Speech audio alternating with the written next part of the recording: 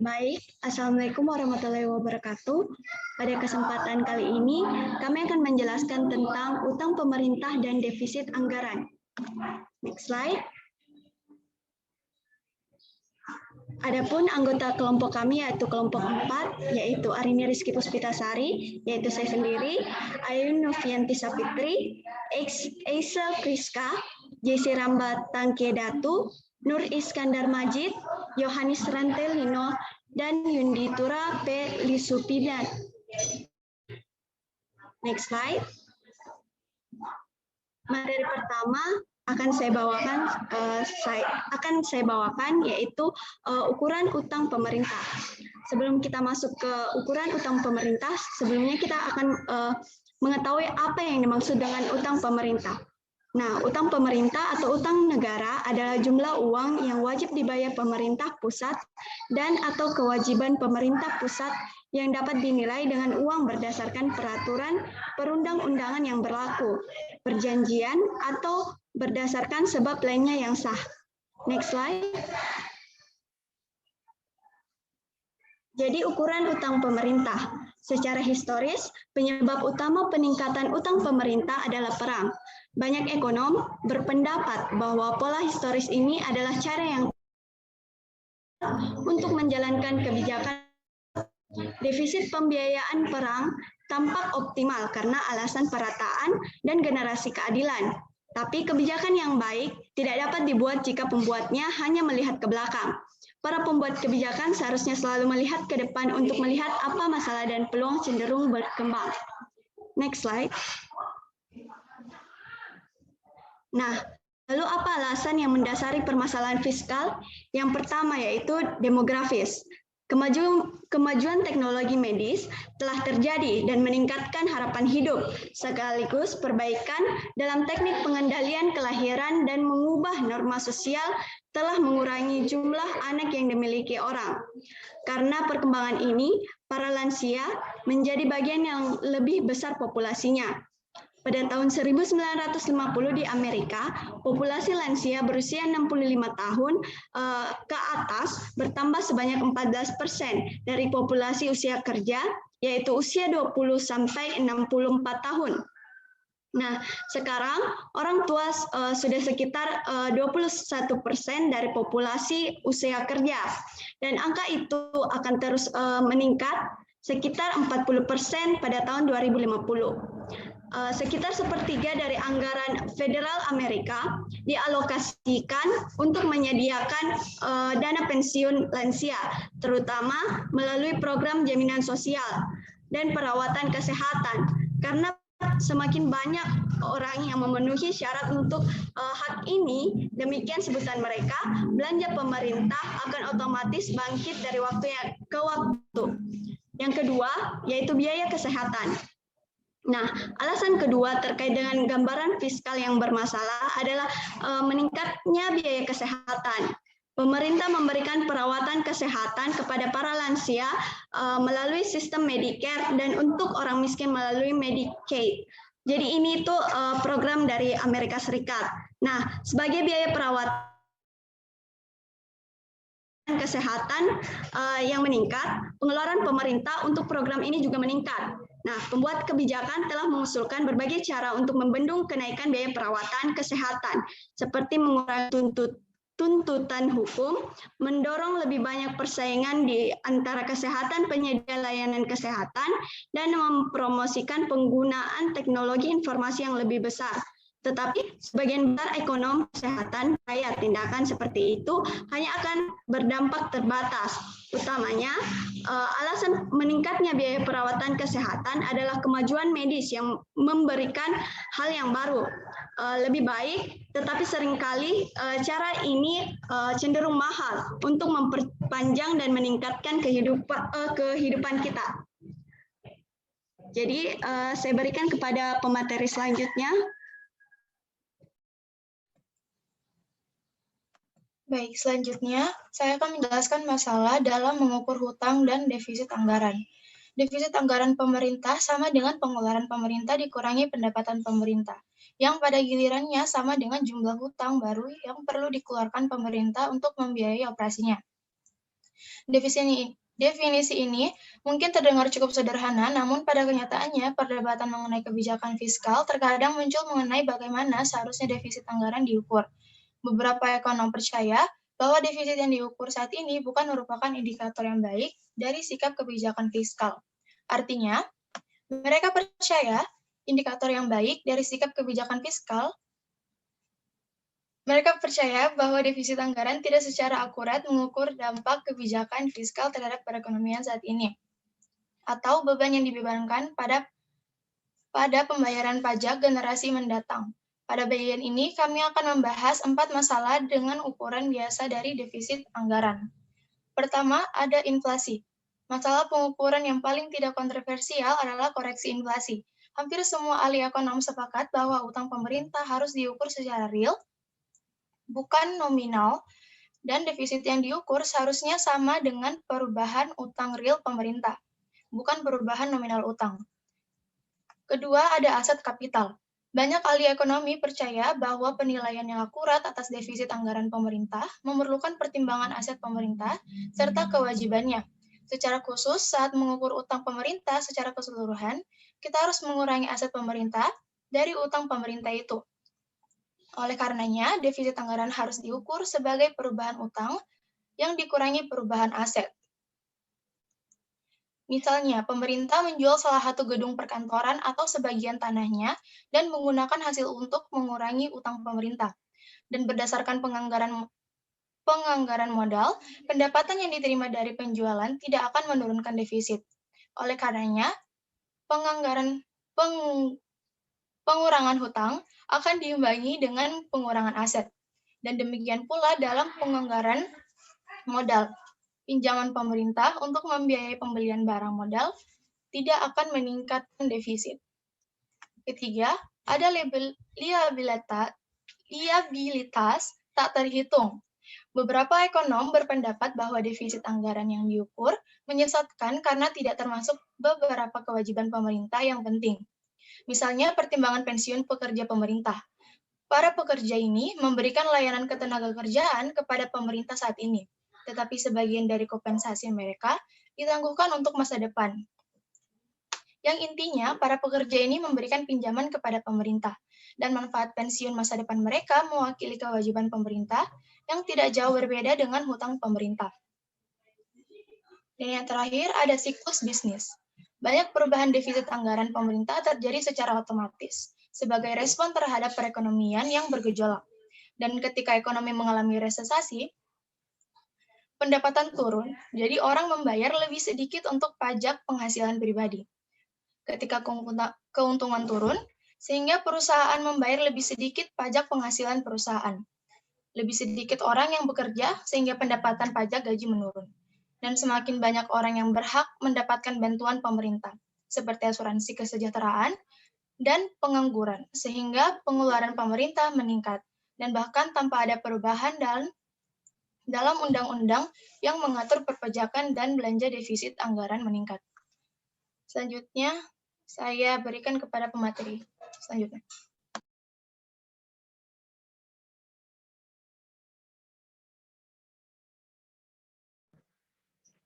Sudut pandang tradisional dari hutang pemerintah.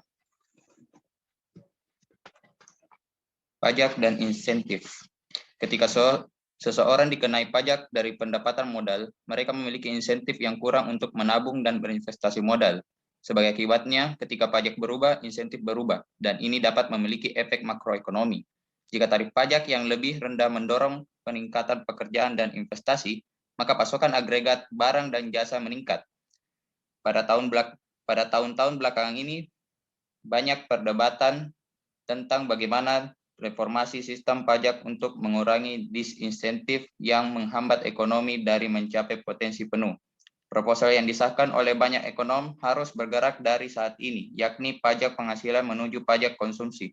Dibandingkan dengan pajak penghasilan, pajak konsumsi akan memberikan lebih banyak insentif untuk menabung, berinvestasi, dan mengakumulasi modal, Salah satu cara pajak konsumsi akan memperluas ketersediaan tabel keuntungan rekening tabungan, seperti rekening pensiun pribadi dan 401.000 rencana, yang membebaskan tabungan dari pajak sampai tabungan yang kemudian ditarik dan dihabiskan.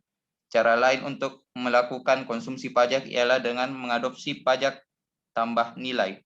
Pajak konsumsi dibayar oleh produsen bukan konsumen, sekarang digunakan oleh banyak negara Eropa untuk meningkatkan pendapatan pemerintah. Baik, mungkin itu saja. Saya serahkan kepada pemateri selanjutnya.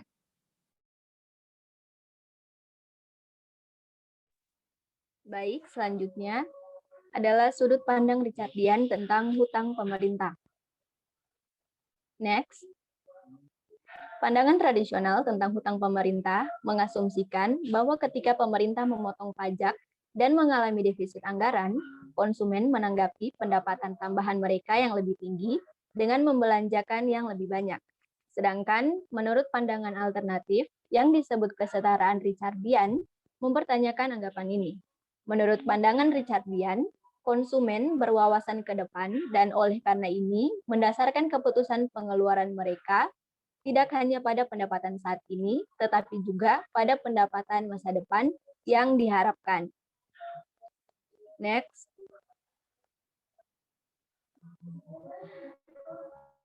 Pandangan Richard Dian tentang hutang pemerintah. Yang pertama adalah logika dasar kesetaraan Richard. Logika kesetaraan Richard Dian tidak berarti bahwa semua perubahan fiskal tidak relevan. Perubahan kebijakan fiskal mempengaruhi pengeluaran konsumen jika mereka mempengaruhi pembelian pemerintah saat ini atau di masa depan. Misalnya, bahwa pemerintah memotong pajak hari ini karena berencana mengurangi pembelian pemerintah di masa depan. Jika konsumen memahami bahwa pemotongan pajak ini tidak membutuhkan kenaikan pajak di masa depan, maka dia merasa lebih kaya dan meningkatkan konsumsinya. Tapi perhatikan bahwa ini adalah pengurangan pembelian pemerintah, bukan pengurangan dalam pajak yang merangsang konsumsi. Pengumuman pengurangan masa depan pembelian pemerintah akan meningkatkan konsumsi hari ini, bahkan jika pajak saat ini digunakan tidak berubah. Karena ini akan menyeratkan pajak yang lebih rendah di masa mendatang. Yang kedua, konsumen dan pajak masa depan. Para pendukung pandangan Richard Dian tentang kebijakan fiskal berasumsi bahwa orang-orang rasional ketika membuat keputusan seperti memilih berapa banyak pendapatan mereka untuk dikonsumsi dan berapa banyak yang harus ditabung. Ketika pemerintah meminjam untuk membayar pengeluaran saat ini, konsumen rasional melihat ke depan untuk pajak masa depan yang diperlukan untuk mendukung hutang ini. Batasan peminjaman pandangan Richard Dian tentang hutang pemerintah mengasumsikan bahwa konsumen mendasarkan pengeluaran mereka bukan pada pendapatan mereka saat ini, tetapi pada pendapatan seumur hidup mereka. Yang ketiga, ialah eksperimen pemotongan George Bush. Pada awal tahun 1992, Presiden George H.W. Bush mengambil kebijakan baru untuk menghadapi resesi yang berkepanjangan di Amerika Serikat. Atas perintah eksekutif, dia menurunkan jumlah pajak pendapatan yang dipotong dari gaji pekerja. Perintah tersebut tidak mengurangi jumlah pajak yang harus dibayar pekerja. Itu hanya menunda pembayaran. Pembayaran yang lebih tinggi untuk dibawa pulang yang diterima pekerja selama tahun 1992 harus diimbangi dengan pembayaran pajak yang lebih tinggi atau pengembalian pajak yang lebih kecil ketika pajak pendapatan jatuh tempo pada bulan April tahun 1993. Yang terakhir adalah membuat pilihan. Setelah melihat pandangan tradisional dan pandangan Richard Dian tentang hutang pemerintah, maka seseorang harus menentukan pilihannya. Pengalaman tahun 1980-an, defisit anggaran yang besar yang sebagian disebabkan oleh pemotongan pajak Reagan tahun 1981, tampaknya menawarkan eksperimen alami untuk menguji dua pandangan utang pemerintah. Sekilas, hal ini muncul untuk mendukung pandangan tradisional. Defisit anggaran yang besar terjadi bersamaan dengan tabungan nasional yang rendah, suku bunga real yang tinggi, dan defisit perdagangan yang besar. Para pendukung pandangan tradisional tentang hutang pemerintah sering mengklaim bahwa pengalaman tahun 1980-an menegaskan posisi mereka. Namun, mereka yang memegang pandangan Richardian tentang hutang pemerintah menafsirkannya secara berbeda. Mungkin tabungan rendah pada tahun 1980-an karena orang-orang optimis tentang pertumbuhan ekonomi masa depan. Optimisme yang juga tercermin dalam pasar saham yang berkembang pesat. Atau mungkin tabungan rendah karena orang berharap pemotongan pajak pada akhirnya tidak akan menghasilkan pajak yang lebih tinggi. Tapi, seperti yang dijanjikan Reagan, untuk menurunkan pengeluaran pemerintah, karena sulit untuk mengesampingkan interpretasi ini, kedua pandangan tentang utang pemerintah tersebut tetap bertahan. Sekian yang dapat saya sampaikan. Selanjutnya akan dilanjutkan oleh...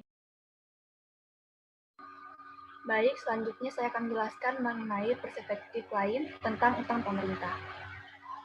Selanjutnya,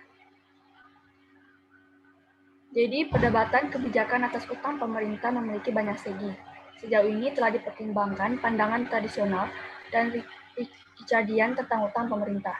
Berdasarkan pandangan tradisional, defisit anggaran pemerintah meningkatkan permintaan agregat dan menstimulasi output dalam jangka pendek, tetapi mengurangi modal dan menekankan pertumbuhan ekonomi dalam jangka panjang.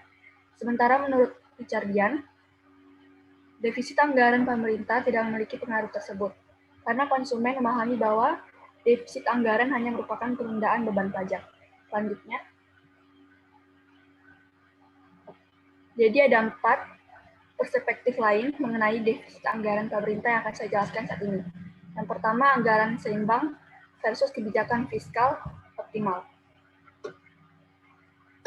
Sebagian besar ekonom menentang aturan ketat yang mengharuskan pemerintah untuk menyeimbangkan anggaran. Ada 3 alasan mengapa kebijakan fiskal yang optimal terkadang membutuhkan sebuah defisit atau surplus anggaran. Yang pertama, stabilisasi defisit atau surplus anggaran dapat membantu menstabilkan perekonomian. Yang kedua, tax smoothing defisit atau surplus anggaran dapat digunakan untuk mengurangi distorsi insentif yang disebabkan oleh sistem perpajakan. Yang ketiga, redistribusi antar generasi defisit anggaran dapat digunakan untuk menggeser beban pajak dari generasi sekarang ke generasi mendatang. Yang kedua, terkait pengaruh fiskal pada kebijakan moneter.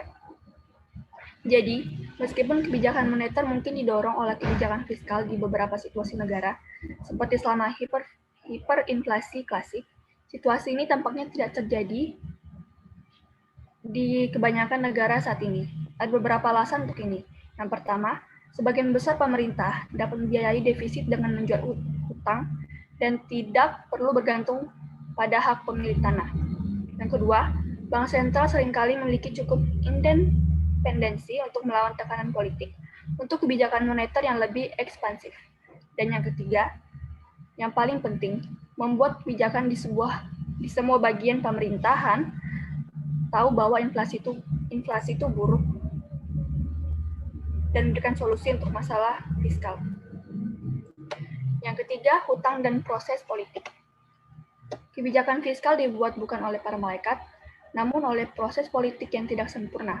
Beberapa ekonom khawatir bahwa kemungkinan pembiayaan pengeluaran pemerintah dengan menerbitkan hutang membuat proses politik itu semakin buruk. Argumen ini telah menyebabkan beberapa ekonom mendukung amandemen konstitusi mengharuskan Kongres untuk mengeluarkan anggaran yang seimbang. Seringkali proposal ini memiliki klausul pelarian untuk saat-saat darurat nasional, seperti perang dan depresi, ketika defisit anggaran merupakan respons kebijakan yang masuk akal. Beberapa kritik terhadap proposal tersebut berpendapat bahwa, bahkan dengan klausul pelarian, amandemen konstitusi seperti itu akan mengikat tangan para pembuat kebijakan terlalu parah. Yang lain mengklaim bahwa Kongres itu akan dengan mudah menghindari persyaratan anggaran berimbang dengan trik akuntansi. Yang keempat, terkait dimensi internasional. Hutang pemerintah dapat mempengaruhi peran suatu negara dalam ekonomi dunia. Ketika defisit anggaran pemerintah mengurangi tabungan nasional, itu sering menyebabkan defisit perdagangan yang pada gilirannya dibiayai dengan meminjam di luar negeri. Baik, sekian dari saya. Saya silakan kepada pemateri selanjutnya.